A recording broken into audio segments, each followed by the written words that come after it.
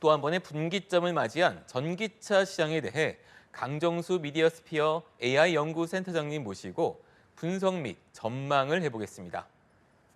안녕하세요. 안녕하세요. 네, 전기차 캐즘 단기적인 현상으로 그칠지 아니면 중기적으로도 시장에 영향을 미칠지 어떻게 분석하십니까?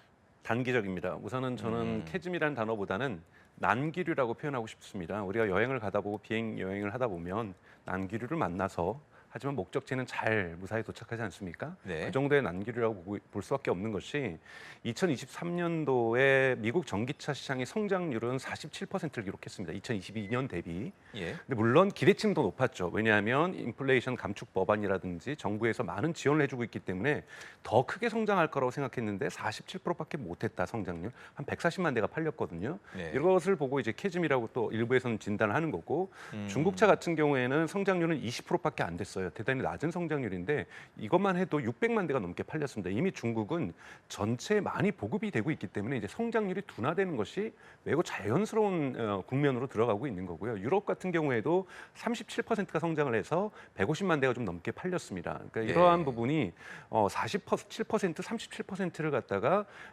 미국 언론에서는 슬로우 다운이라는 표현을 쓰고 있어요. 성장률이 꺾이고 있다. 근데 예. 성장률이 마이너스로 가고 있다는 것은 아니고요. 예상치보다 떨어졌기 때문에 이것은 이 정도가 됐으면 이제 좀 캐즘이라고 표현하는 사람들도 있는 거고 난기류를 만났다고 표현할 수도 있는 거고요. 우리가 어떠한 전환을 하게 되면은 성장률들이 계속해서 상승할 때도 있지만 성장률이 꺾일 때도 있고 더 예상보다 높을 때도 있고 이런 식의 모습을 보여가는 것들이 매우 자연스러운 현상이기 때문에 이것은 일시적인 현상이라고 볼 수가 있습니다. 애초 전 세계 전기차 시장은 테슬라가 견인해 왔잖아요. 그런데 올해 테슬라가 실적 부진도 있었는데 주가가 폭락했다가 또 다시 또 회복하는 경향도 나타나고 있습니다. 이거 네. 어떻게 봐야 할까요? 우선 올해 1월 달에 일론 머스크가 이제 실적 발표를 할 때 올해 2024년 되게 힘들 것이다. 라고 첫 번째 얘기를 했고 두 번째는 관세 장벽이 없다면 중국 전기차 기업들이 전기차건 내연기관하고 상관없이 전 세계 자동차 업체를 몰락시킬 것이다 이런 단어를 썼어요. 그 정도로 중국과의 경쟁이 대단히 예상보다 치열해졌다. 라고 얘기를 했고요. 그리고 이제 그러면서 이제 올해 1, 2, 3월인 1분기가 지나면서 지난 4월 23일 날 테슬라가 실적 발표를 했습니다만 우선은 매출은 대단히 크게 하락을 했습니다. 38만 대 정도로 하락을 했는데 나름 근거는 있다고 얘기를 해요. 뭐 홍해에서의 후티 반군과의 갈등 때문에 배송이 좀 지연된 부분들 네. 그리고 베를린 테슬라 공장에서 방화 사건이 발생을 해서 공장을 일주일 넘게 멈췄던 일들 그리고 미국에 있는 프리몬트 공장에서 모델 3 하일랜드가 처음 제조를 하다 보니까 초기에는 항상 발생하게 되는데 대량 생산이 빠르게 시작되지 못했던 부분들 이런 부분들이 하는데 역시 뭐 전체적인 경기 둔화 현상들이 분명하게 좌우했다라는 거는 그러니까 영향을 줬다라는 건 부정할 수 없는 거고요. 근데 보셔야 될 것은 작년 4, 4분기 때 테슬라보다 많이 전기차를 많이 팔았던 것이 비아디거든요. 네. 비아디도 1, 4분기 때 2024년 1, 4분기 때 매출이 40% 하락했습니다. 그렇기 때문에 이건 테슬라만의 현상이라고 보기는 좀 어렵다라고 좀 말씀을 드리고 있고 하지만 그럼에도 불구하고 실적은 저조했기 때문에 특히 이 실적을 발표했던 4월 2일 날 주가가 좀 많이 내려갔던 건 사실이고요. 더 먼저 주가가 내려갔던 것은 1월 달에 있었던 2023년 4분기 실적 발표를 했을 때 테슬라 일론 머스크가 2023년 힘들어질 것이다. 원래 이제 주가 같은 경우에는 항상 과거나 현재를 보는 것이 아니라 미래를 보고 결정이 되지 않습니까? 근데 2024년 힘들다고 하니까 주가가 그때 크게 내려갔었고 또 이제 4월 달 초에 이 판매 실적이 적게 나타나면서 주가가 내려갔었고 그리고 또 그 한 주 전에는 로이터 통신에서 독점 보도를 했습니다. 테슬라가 저가 차량을 만들려고 하지 않는다.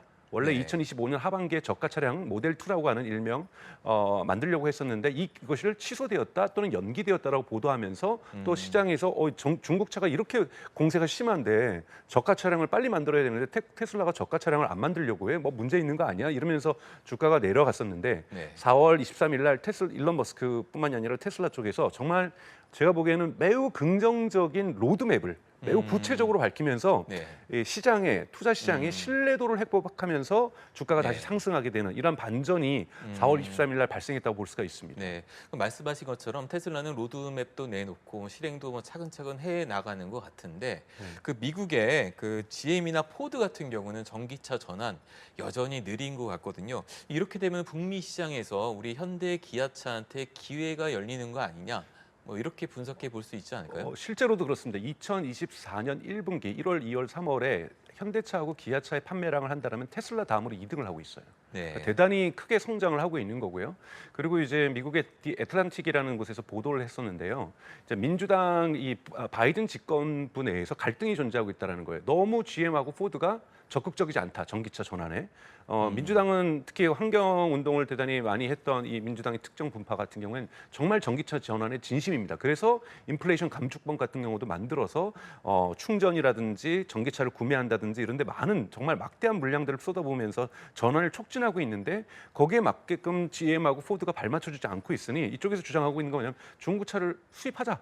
중국차 이 잘 만들었고 저가인데 이거를 수입을 하면은 사람들이 우선 전기차를 많이 사지 않을까? 네. 두 번째는 여기에 자극을 받은 GM과 포드가 더 열심히 하지 않을까? 네. 그런데 이제 민주당의 현실주의자파들 같은 경우에는 뭐라고 얘기를 하냐면 그렇게 될 경우에 또 포드하고 GM의 공장이 위치한 데가 여러분 잘 아시는 것처럼 스윙 스테이트라고 얘기하는 예. 이 미시간주라든지 오하이오주라든지 이쪽에 위치하다 보니까 여기가 전통적으로 한 번은 민주당을 찍고 한 번은 공화당을 찍다 보니까 이렇게 되면은 공화당 찍는다. 그러면 트럼프 대통령이 전 대통령이 당선이 될 경우에는 또 4년 동안 전기차로의 전환이 늦어질 수 있으니 올해는 무조건 중국차의 미국 진출을 막자. 이것이 지금 민주당의 다수 의견이 됐고 예. 백악관의 입장이 됐습니다. 그래서 예. 백악관도 안보의 문제를 들어서라도 중국차의 수입은 막겠다는 입장을 분명히 하고 있기 때문에 지금 GM하고 포드는 주춤거리고 있고 또 미국의 하나의 대표적인 브랜드인 크라이슬러를 대표하고 있는 스텔란티스 같은 경우에는 2024년 하반기에나 겨우 전기차를 선보이겠다고 하는 거거든요. 네. 그럼 2024년이 완전히 비는 겁니다. 테슬라밖에 없는 상황에서 모두가 다 테슬라를 살 수 있는 것이 아니기 때문에 특히 이미 EV3라든지 EV4라든지 기아차 같은 경우에는 저가형 모델을 갖다가 출시 계획을 갖고 있거든요. 이 출시 계획을 2024년에 지금 앞당기려고 하고 있고 이것이 만약에 미국에서 출시가 된다면 매우 판매가 많이 될 수밖에 없는 구조적 환경이 만들어졌기 예. 때문에 저는 역사적 기회가 현대차하고 기아차에게 지금 미국 시장에서 열리고 있다고 보고 있습니다. 네.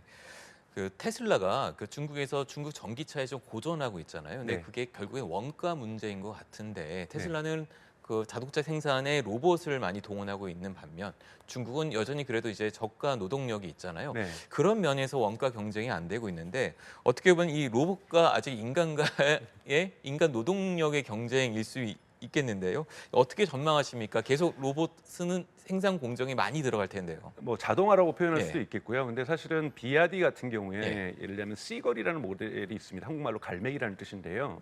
$10,000에서 $15,000인데요. 너무나도 잘 만들었다고 얘기를 해요. 그리고 그러니까 상상을 초월하는 가격대의 차가 나오는데 과거에는 조금 뭔가 부족한 것 같고 뭔가 잘못되어 있는 것 같고 뭔가 쉽게 얘기해서 나사가 하나 빠진 것 같고 이런 불안감들이 있었는데 현대 기아차 관계자들도 중국 가서 보고서 타보고 시승을 해보거나 또는 일부 지금 이미 유럽에 많이 수출되고 있죠. 동남아에도 많이 수출되고 있고요. 이 수출된 것을 유튜버들이 시승을 해보면서 너무 잘 만들었다. 어떻게 이 가격대에 이런 차량이 나오냐. 가격대에 비해서. 예, 가격 대비죠. 항상 예. 이 만족도가 높아지는 거니까 네. 이 정도의 차량 공세면은 충분히 수출을 많이 할 수 있겠다. 그래서 2023년이 자동차 산업에 있으면 대단히 역사적인 해입니다. 항상 지금 자동차 수출 1위 국가는 독일이 주로 하다가 그 다음에 일본이 차지해서 일본이 오랫동안 자동차 수출 1위 국가였는데 2023년 공식적으로 중국이 자동차 수출 1위 국가가 됐습니다. 네. 이 정도로 중국의 힘이 센 거고 여기에 값싼 이 노동력들이 또 한몫을 했던 부분도 있고 또 하나는 중국 정부에서 주는 보조금도 한몫을 했던 부분들이 존재하고 있는데요. 테슬라는 여러분도 아시는 것처럼 기가프레스라든지 자동화가 대단히 많이 되어 있습니다만 자동화가 아무리 많이 되어 있어도 모델 자체에 들어가는 이 기본적인 생산 비용이 있기 때문에 생산 비용이 계속해서 하락하고 있지만 중국차하고 경쟁하기는 좀 어려운 거고요. 그렇기 때문에 지금 자동차 전문가들도 테슬라가 빨리 2025년에 계획하고 있는 저가형 차량을 만들어야 된다. 그랬더니 테슬라가 4월 23일 날 뭐라고 얘기했냐면 새로운 완전히 혁신적인 모델로 만드는 건 2025년 하반기에나 가능한 이걸로는 중국하고 경쟁하기 너무 늦다라는 거예요. 그래서 모델 3의 조금 저렴한 버전, 네. 모델 Y의 저렴한 버전을 2025년 상반기에 내놓겠다. 네. 지금 공장 라인에서 만들다 보니까 훨씬 더 효과적으로 나오겠다라는 거고 그리고 올해 말부터는 우리가 여러분 아시는 휴머노이드 로봇인 옵티머스를 네. 공장에 투입하겠다. 네. 이런 식으로 나오면서 보다 이제 이 휴머노이드 로봇 로봇 부분도 이제 테슬라가 서두르려고 하는데요. 네. 문제는 중국 또한 AI 로봇이라고 하는 휴머노이드 로봇의 진심입니다. 아, 대단히 그렇죠. 국가가 예. 전략적으로 여기에 투자를 해주면서 공장 노동자 10,000명당 500대의 휴머노이드 로봇을 투여하는 것을 2025년 정책 목표로 삼고 있어요. 그런 면에서 중국 또한 이제는 값싼 노동력에서 이 저가 생산비를 유지하기 위해서 로봇을 대량으로 투입하는 시대가 곧 오게 될 거라고 보고 있기 때문에 예. 경쟁이 대단히 치열해질 거라고 볼 수 있습니다. 예, 전기차 생산에서 로봇 경쟁이 이제 벌어지겠네요. 네. 네, 오늘 전기차 캐즘 현상에 대해서 우리 강정수 센터장님 모시고 말씀 들어봤습니다. 감사합니다. 고맙습니다.